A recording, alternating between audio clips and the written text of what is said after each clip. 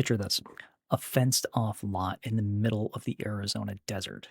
Not a car lot, just a flat parcel of land in the middle of nowhere with row after row after row of General Motors Saturn EV1s.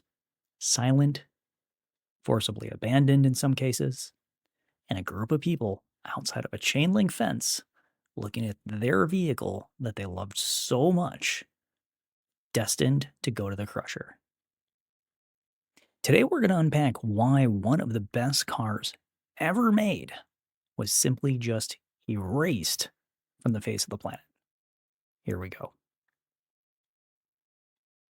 Welcome back to the AutoKnerd Podcast, where we talk sales, trust, and this beautiful chaos of the automotive world.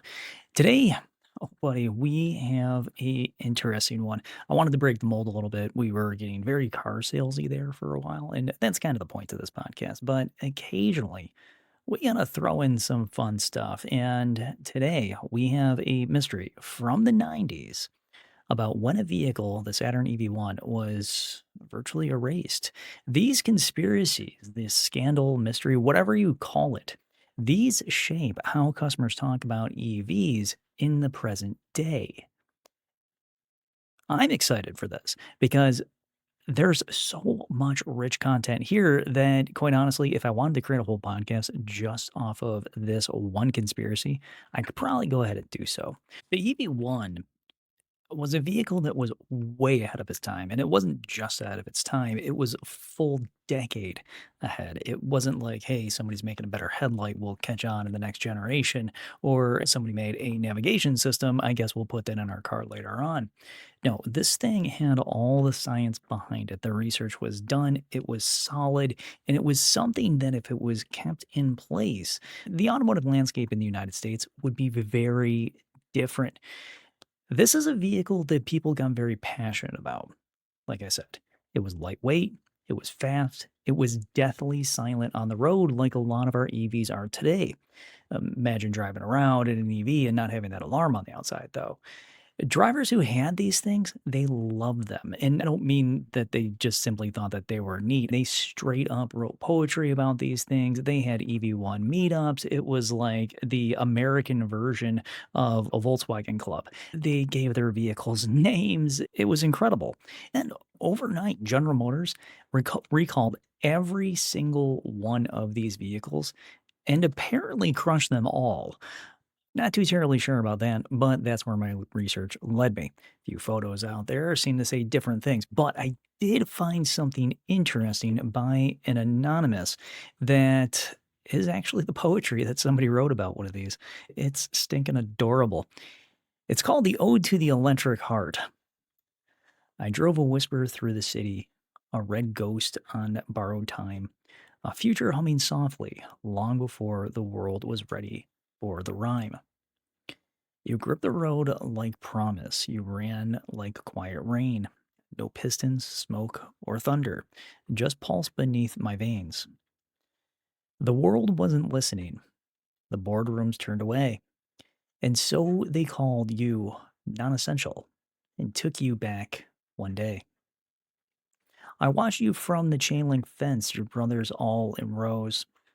And I swear the desert wind stood still the moment the crusher rose. The metal bends in memory, hope folds under steel, but somewhere in the silent crush, you taught us how to feel. You weren't just volts in plastic. You weren't corporate sin. You were the whisper of tomorrow calling out from deeper within. And even now on highways lit, the taillights fading thin, I can barely hear you electric heartbeat saying, "We will rise again." I find it amazing that when the EV1 was around, the people that had the vehicle knew it. They saw the writing on the wall. But for some reason, this thing was the worst thing on the planet that you could have. And it's no secret that the vehicle was removed from sale. And shortly after, here comes the Hummer, the H2. And this really set conspiracy theorists in a very interesting direction. Because depending on who you ask, the EV1 was taken out by a whole ton of different conspiracies. It was either big oil, they say, big government, big auto, which I think is hilarious, small batteries, large egos, lack of vision, or a combination of all of the above. And like many great conspiracies out there, someone always has to lose. And in this particular case, it ended up being the consumer. And in some ways, from a car sales consultant perspective, they didn't really lose. They were promised a lease and they got the lease. And at the end of the lease, the vehicle was done. The only thing was is that General Motors processed this through recall. Now, big oil obviously saw the writing on the wall, and they're seeing it today. The proof is in the fact that you have a lot of these large oil companies that are now getting into the renewable sector. Lots of solar, lots of charging stations being put up, and kudos to them. The government could have potentially taken issue with it, with the fact that it was too technologically advanced for its time. It used lightweight materials that nobody else was using and was kind of given an idea of, well, what happens to those tax dollars that come off of oil? Big auto also was something that came up an awful lot. Is that with big auto, it's where's the competition? All of a sudden, you have this amazing vehicle that runs on electricity that you can charge at home for almost pennies. Why bother buying anything else when you have something like this that's going to save you so much coin? And then there's the whole small batteries thing. They take a lot of small batteries, therefore it's going to be very expensive, and that kind of played a whole role. But with every single one of these, it comes back down to one little thing, at least with me, is that large egos constantly get in the way and provide a complete lack of vision. Where we see people that will sit behind executive desks that will go, no, we towed the boat anchor of mediocrity here. But yet they'll say things like the brand is awesome and we're doing all these amazing technological things. At one point in time, General Motors did. They had something so incredibly technological that they could have clobbered the industry. Heck, they could be owning the EV space right now. And companies like Tesla, BYD, Hyundai, Kia would just kind of be sitting on the sidelines watching. Because the Saturn EV1 was that good for its time. The people that had them loved them. You heard that poem. But big oil didn't want electrification. Dealers didn't love a car that needed almost no maintenance. The government, they kept changing rules faster than OEMs could adapt because of this particular style of vehicle. And General Motors leadership was literally internally split depending on who you had in the meeting being the loudest that day.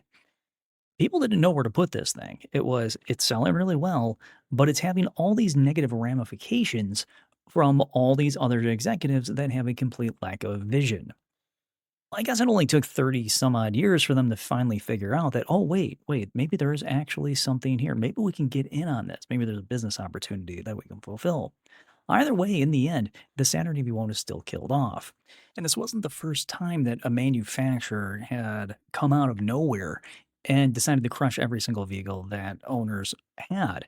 I mean, check out this list. The Toyota RAV4 EV from 97 to 2003, Toyota recalled and crushed almost every single one of them until activists went ahead and chained themselves literally to their cars. But the thing was is that oil and hydrogen lobby pressure at the time was very strong. California had zero emission vehicle initiatives that were getting watered down. And Toyota said, hey, nobody wants EVs. And then all of a sudden Tesla came out and proved otherwise. A few of these did survive, but the owners had to fight like hell, like the single owner of a Saturn EV1 to keep their vehicle.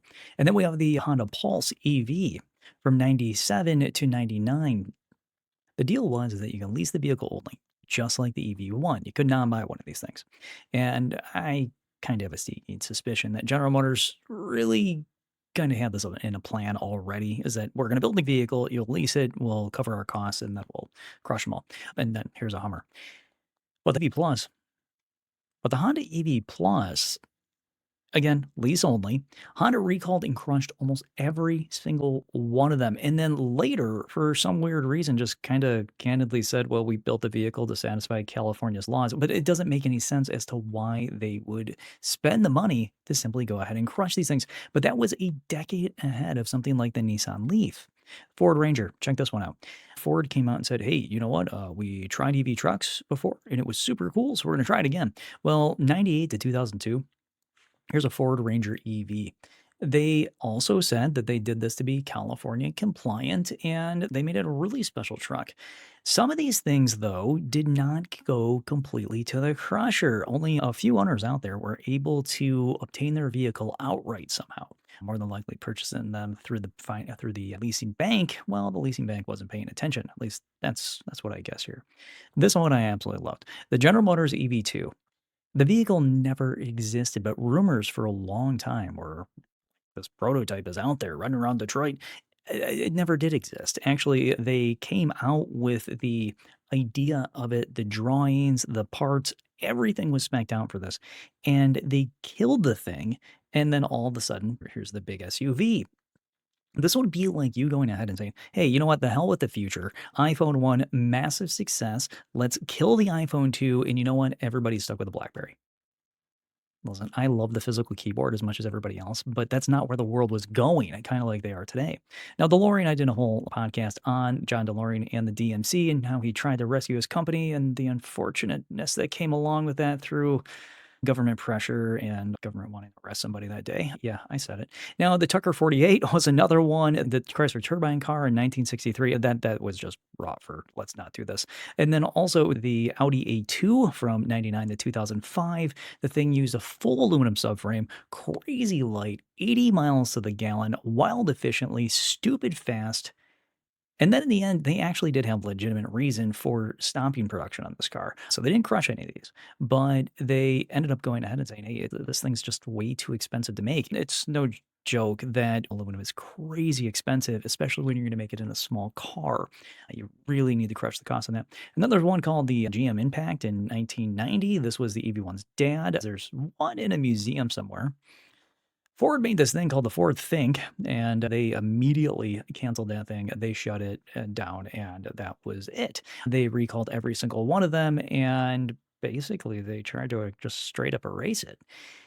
But again and again and again, we see this idea that something is trying to stop electrification. And even when you take a look at the media today, you'll see a lot of people that are for EV, but then you'll see this huge mounting amount of pseudo evidence that's like, hey, here's why EV is bad.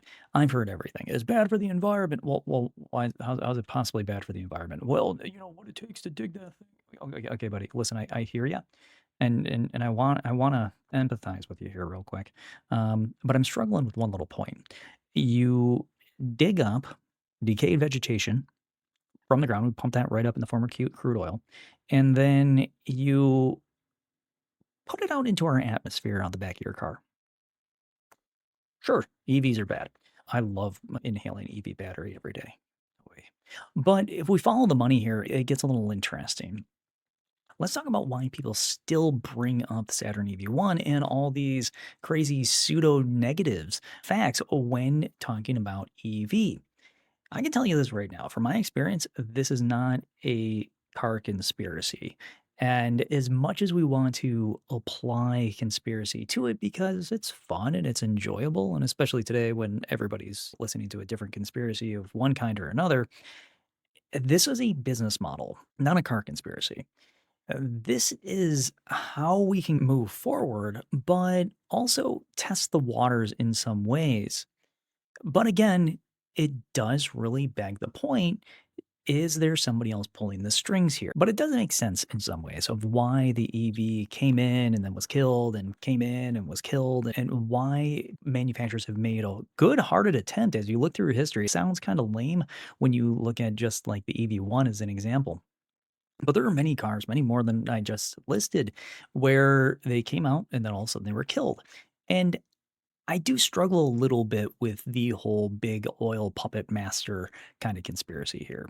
Because from a business perspective and a government perspective, EVs do something that we hear about a lot today is that they threaten tax revenue.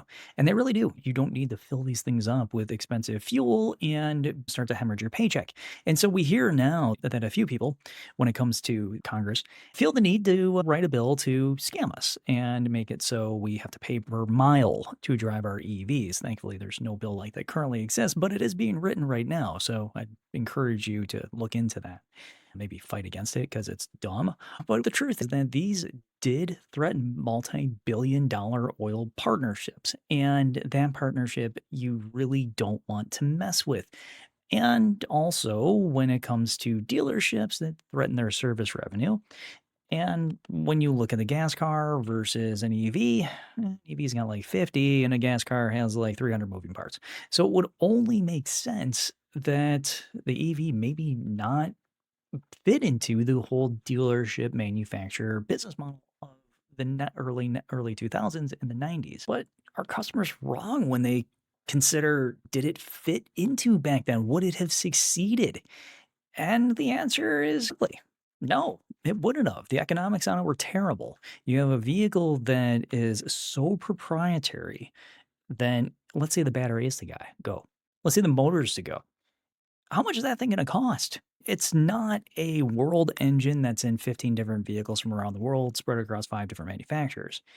It's not a transmission that's made in Germany that is then split between BMW, Hyundai, Kia, and whoever else might pick it up. The point is that this vehicle did not fit, and neither did any of the others that I just recently read. The only reason that Tesla has the success that they had is that Elon was willing to grab the bull by the horn, so to speak, and go, I'm setting up everything, the network, the vehicles, the service, and he owned it.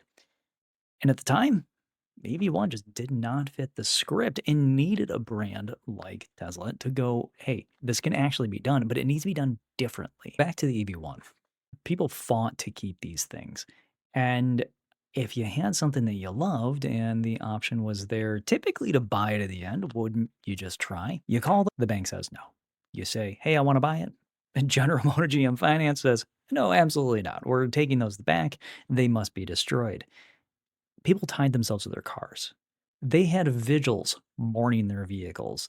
All this leaves a scar. And those scars eventually become stories, and those stories become the foundation of how customers think today. Which is why today, the EV conversation in 2025 isn't really about range or charging, actually.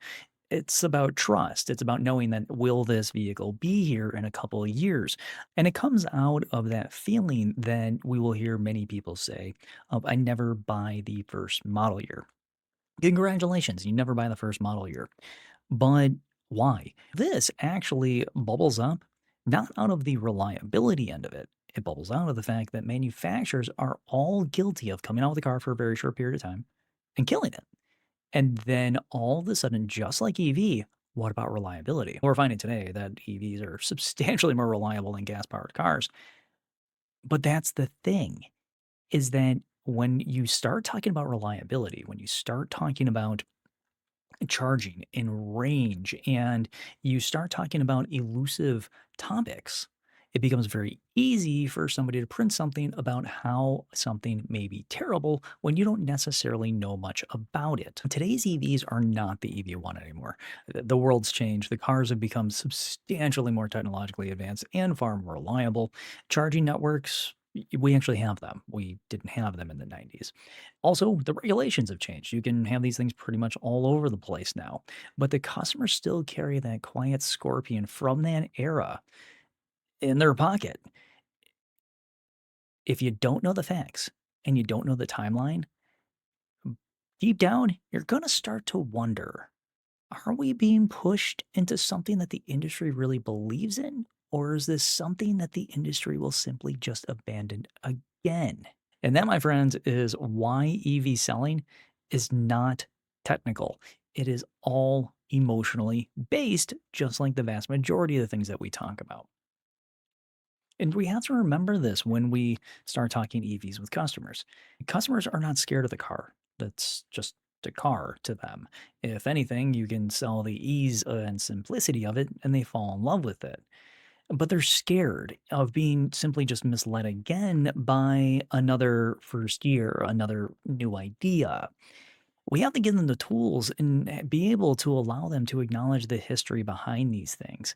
And we have to acknowledge it as well. We have to validate the customer's fear that also is complementary of the time when looking at something like an EV, but also explaining the differences between back then and now today. But never dismiss the customer's concerns. We have to listen. We have to lead with empathy. We have to lead with kindness and give them real stories about the modern day reliability. Heck, having an evidence manual wouldn't be that bad of a deal when somebody goes, "What about reliability?" Well, look, this was just done on this survey was just done on Teslas, and what they found is that the ability for the vehicle to go for a very long time shocked the world. Mainly, it comes down the EVs are just crazy reliable, like I mentioned a moment ago. But reassurance beats rebuttals every single time. And this is why we have to go into every conversation with a customer as though we are partnering with them. That is critical. I am here to help you. I am not here to sell you. You are not my product. Because if I help you, all of a sudden that MSRP doesn't mean that much and you really want this car. But if the Saturn EV1 taught us anything, it did teach us something powerful, actually. When innovation outruns trust, innovation just straight up dies. It's as simple as that. We're in a new era, and this is going to decide the winner. It's not going to be technology. It's going to be that all cars are pretty much all the same and they all drive themselves. Everything's different. The cars are different. The economy is different. We have a charging structure. Everything's different. What's going to win in the EV area, if you want to have success there, is not the tech. It's you. You're going to be the reason why they're going to buy. When the playing field is leveled and the cars are pretty much all the same, the winner is going to come down to the fact of, did I work with somebody that I could partner with and trust, or did I walk into somewhere the consultant treated me like I was the product and I had to fight tooth and nail to get that vehicle? Congratulations on your Mini, by the way. But it's not about knowing the battery chemistry. Nobody cares about that, in all seriousness. If you have somebody ask you about the battery chemistry, they're probably just wanting to have a conversation about EVs, or they're testing you, or they came across some factoid on Reddit, and you're never going to get this answer right. But do consider that they don't ask you what the gap is on the spark plugs. They don't ask you what the tire pressure is as they're looking at it while you're doing your walk around. And that's a pretty simple one to be concerned with. They don't ask you how many clicks it takes to tighten the gas cap. It's not a technological thing here. It's about being human. It's about knowing the human as well on the other side of the table and being able to relate to them. And it's about that conversation that you're going to have. To bring it all around, the history in automotive dictates our future, and this goes without saying for most things in life, which is why I'm pretty against erasing history because we can learn an awful lot from it. And when we look at vehicles like the Saturn EV1, it lets us know that it may not have been the fear of the General Motors top brass. It may not have been the oil industry. It may have been the fact that the vehicle was just unsustainable at that moment in time. And that brings me a little bit of hope for the future. EV has stuck around for a little while now, and people are loving them. People are putting many miles on them. This episode was really inspired by the fact that I've been reading a lot of EV news lately, and everybody seems to think the industry's tanking, and it's actually not at all. When you look at the numbers, every single month, we end up selling more EVs. People are figuring it out. And thankfully, in my personal opinion, the EV tax credit is gone. And this means, in my view, is that EV can finally stand on its own. And I really do believe that's what it needs because they are that good. And when people start to understand them, all of a sudden you're going to see everybody come over to them, just like they did hybrid. So if you enjoyed this episode, please share it with somebody that likes their automotive mysteries and conspiracies. And if you could, please shoot me an email, andrew@autonerd.com. Let me know what you thought about it if you like the slight change of direction. The tool for this week is going to be the EV Trust Decoder. I'm going to do this one in full Auto Forge fashion. So if you would like it, right down in the show notes, just go ahead and click that link and grab that tool.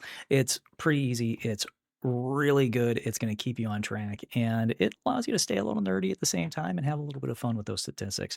But it really allows us to bring the customer back on in so they can see that, hey, these things are actually not bad. Actually, they're pretty good. And with a little bit of history behind it that you now have, you can get on that sales floor and be an awesome weapon, because sometimes knowledge is power and a good story goes a long way. So stay curious, stay kind, and lead with caring. I'll talk to you all later. Auto Nerd out.